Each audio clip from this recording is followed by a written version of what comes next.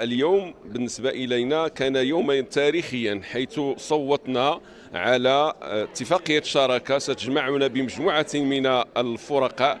اتفاقية شراكة فيها واحد تقريبا 23 مليار سنتيم ستخصص للإحياء ناقصة التجهيز، علاوة على مجموعة من النقط المرتبطة بانتداب مجموعة من الإخوة في مجموعة الجماعات الخاصة بالتوزيع، وكذلك النقاط تهم أيضا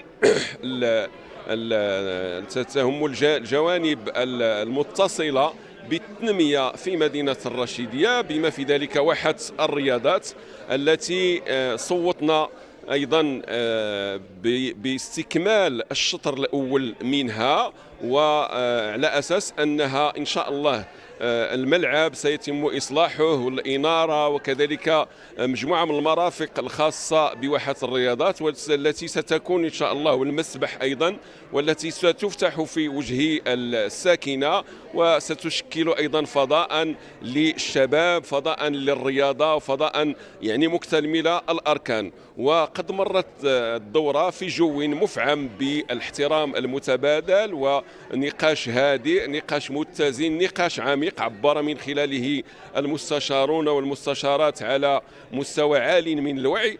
واختتمت إذن أشغال هذه الدورة بالتوافق، أو في بعض الأحيان يكون بالتصويت بالأغلبية المطلقة. شكرا لكم.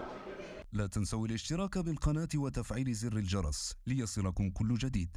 الحدث بريس، الجرأة والمصداقية قبل الخبر.